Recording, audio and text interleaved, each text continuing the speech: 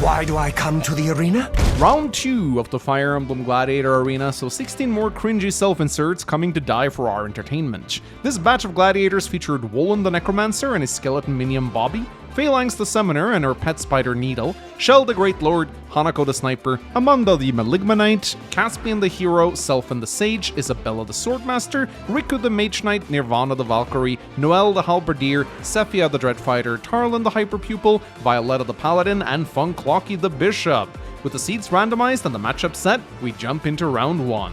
First fight of the evening was a complete slaughter. Selphyn sent Noelle right back to the Shadow Realm. Second fight of the evening, Shell versus Wolin and Bobby. Bobby went down in a single hit like the good minion he was, and even though Wolin backfired on himself due to Shell's Devil's Whim, it wasn't enough to tilt the battle in his favor. RNG just wasn't kind to the gladiators tonight. Third fight of the evening featured one of the most disgusting dodge tank Valkyrie builds I've ever seen in Nirvana versus Veronis the Adventurer. While Veronis got off a few lucky hits, it wasn't enough to bring the Valkyrie down. Nirvana took the match in convincing fashion. The fourth fight was the meme round of the evening, featuring Violetta the Paladin, who just couldn't hit anything, against Funklocki the weaponless bishop decked out in elixirs with devil skills, relying on backfire damage to kill his opponent. Violetta with her zero-based luck would in theory have a rough time against this build, but in a trend that continued throughout the night, RNG just simply wasn't behaving right, and Violetta hardly backfired at all, eventually wearing Funklocki down through his 3 elixirs. This fight ended up taking longer than all the other fights combined. Fight 5, Hanako vs Phalanx and Needle. With Phalanx having a devil build, Hanako was at serious risk of just sniping herself as she went into the arena with a full-on glass cannon skill sets, but the trend of devil skills just refusing to proc continued in this fight. Hanako simply blasted Phalanx off the map without seeing a single backfire. Fight 6, Riku vs Tarlan, a battle between 2 anima users, both with very aggressive high damage builds. One of the more even fights of the evening, with both gladiators bringing each other very low, but in the end, Tarlan took the round. Fight 7, Isabella vs Sephia, a duel of 2 swords. Sadly for Isabella's crit-focused build, Sephia came with the Fortune skill, negating much of the Swordmaster's advantage, resulting in the Dreadfighter coming out on top.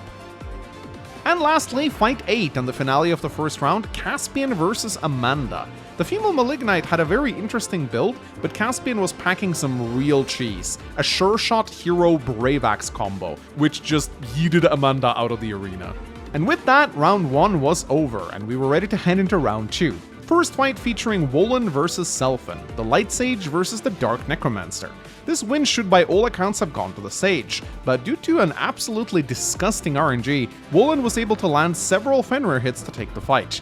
I told you guys, RNG just wasn't behaving this night. Fight 2 of round 2, Violetta vs Nirvana. It was really sad to see Violetta work so hard to get a win in round 1, only to go on to face an opponent in round 2 which she literally couldn't hit. 0% accuracy. Yay, dodge tank builds are fun. First fight of the evening that I just sped through. Fight 3 of round 2, Hanako vs and he's dead. Fight 4 of round 2, Caspian vs Sephia. Caspian's cheesy sure-shot Brave Axe build simply had no chill. It doesn't matter if you have a crap ton of avoid and weapon triangle advantage when a hero just activates sure-shot with a Brave Axe and bonks you. This build might actually be a little too overpowered. And with that, we were ready to move on to the semifinals, starting with Wolin vs Nirvana. Nirvana with her insane avoid was still nigh unhittable, but Wolin had one trick up his sleeve, Sure Shot.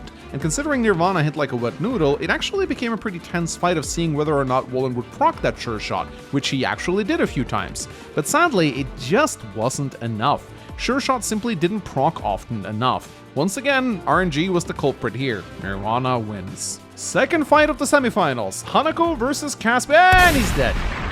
And so we come to the grand finals, the unstoppable force versus the immovable object, the sniper that kills everything versus the Valkyrie that dodges everything. Hanako versus Nirvana. Even with her skill being through the roof, Hanako had little hopes of hitting Nirvana without a sure shot proc, echoing the previous fight with Wolin. Hanako did have enough speed to quadruple her opponent though, so in theory, she should have procced sure shot more than she did. But for some reason, RNG decided to strike again, and the first round went to Nirvana. In the second round, Hanako had a little bit more luck. and it turns out she only needed a single sure shot proc to kill the Valkyrie. In round 3, RNG decided to act up once again, as disaster struck, Nirvana scoring a 5% crit against Hanako, taking round 3. As round 4 clocked in, all Hanako needed to win was one sure shot proc, which she just didn't get. Nirvana won the best of 5 and became the champion of round 2, now joining TC up on the balcony, where they will eventually go on to the Grand Melee. Congratulations! Round 3 kicks off tomorrow. Has your gladiator gotten in yet? Make sure you don't miss it. See you there!